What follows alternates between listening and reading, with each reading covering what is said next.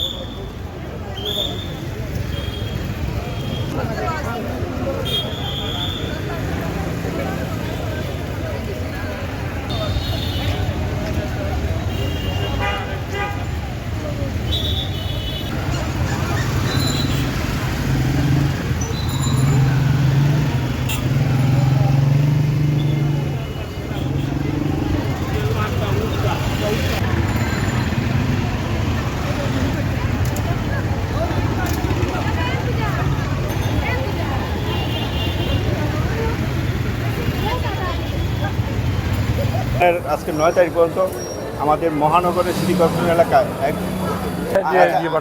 আর আমরা আমাদের প্ল্যান আমরা তো মশক নিধন কার্যক্রম একটা 3 মাস করার আরেকটা 3 মাস ব্যাপী একটা আমরা লিফলেট বিতরণ করবো। আর আসলে আমরা আমাদের তো এই ডেঙ্গু এবং চিকুনগুনিয়ার আসলে এখন সিজন, এই যে বৃষ্টি টিষ্টি হচ্ছে এইগুলোতেই ডেঙ্গু যে মশার উৎপত্তি হয়, জন্ম হয়। তো আমরা জানুয়ারি থেকে এখনো পর্যন্ত আমাদের নগরে যেভাবে আমরা কাজ করছি, এখনো পর্যন্ত আমরা কোনো ডেঙ্গু রোগী আমরা শনাক্ত করতে পারি নাই। এখন যখন শনাক্ত করতে পারি নাই বলে তো আমরা ঘরে বসে থাকতে পারবো না। সিটি কর্পোরেশন যাতে এই পুরো বছর ব্যাপী ডেঙ্গুর কোনো রুগী যাতে আমাদের নগরে আমরা খুঁজে না পাই তার জন্য ব্যবস্থা নেওয়া।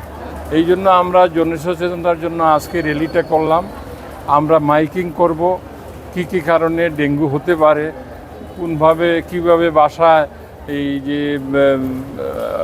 আবর্জনা বা পানি, এসির পানি, বিভিন্ন ধরনের পানি জমাট বাঁধে, ওইগুলো পরিচ্ছন্ন রাখতে হবে যাতে এডিস মশার জন্ম না হয়। ওইগুলো থেকেই মেনলি এডিস মশা উৎপত্তি। এইগুলো আমরা সমাজে মাইকিং, বিভিন্ন ক্লাব এবং বিশেষ করে আমরা মসজিদে খুতবার পরে আমাদের ইমাম সাহেবদের কাছে চিঠি দিব যাতে এই সচেতনতামূলক আমরা একটা লিফলেট যে তৈরি করব, ওই লিফলেটটা বিতরণ করা হয়। এইভাবে আমরা নিধনের জন্য কাজ করব। আমাদের বর্তমানে এই নিধনের জন্য অভিযান চলছে।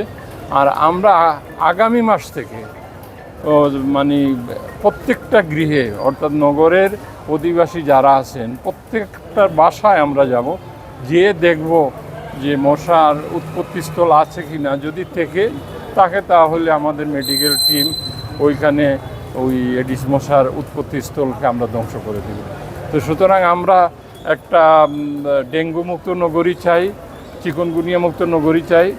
এই ডেঙ্গু এবং চিকুনগুনিয়া ভয়ানক রোগ, কারণ এগুলো যারা ভুক্তভোগী তারাই জানে। তো সুতরাং আমি আপনাদের মাধ্যমে নগরবাসীর কাছে অনুরোধ থাকবে, এই বৃষ্টির সিজনে আপনারা বাসাটা পরিষ্কার রাখুন, আপনার বাসার বসার ঘরটা পরিষ্কার রাখুন, যাতে কোনোভাবে কোনো জায়গায় পানি জমাট না থাকে।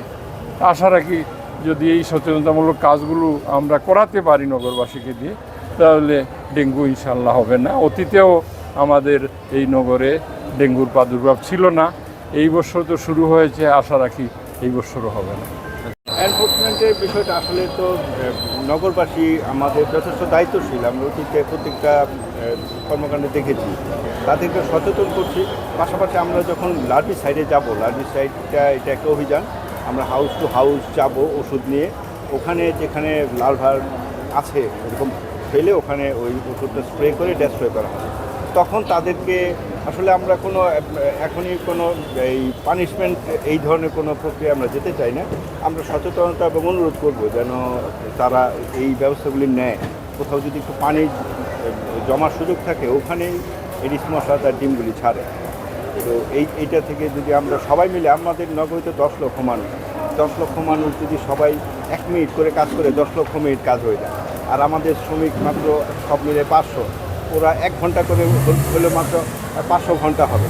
তাহলে আমরা নগরবাসী যখন আমরা সবাই একসাথে সম্মিলিতভাবে কাজ করব, অনেক বড় কাজও আমাদের মুহূর্তে সমাধান। আসলে আপনি জানেন বিগত দিনগুলোতেও আমরা যেভাবে আমাদের কার্যক্রম পরিচালনা করেছি, আমরা এবারও সেইভাবেই কার্যক্রম পরিচালনা করব।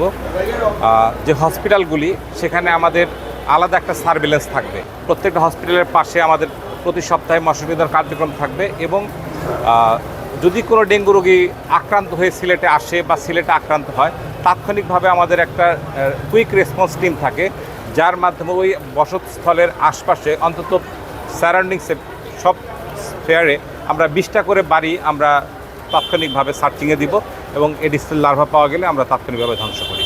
এবং আমার বিশ্বাস যে নগরবাসী যদি তার দায়িত্ব সচেতনভাবে পালন করে এবং আমরা যদি সিটি কর্পোরেশন আমরা যে সিদ্ধান্ত নিয়েছি বাস্তবায়ন করতে পারি, ইনশাল্লাহ এই বছর আমরা ডেঙ্গুতে অনেকটা সহনশীল ভালো সন্তোষজনক অবস্থানে থাকব।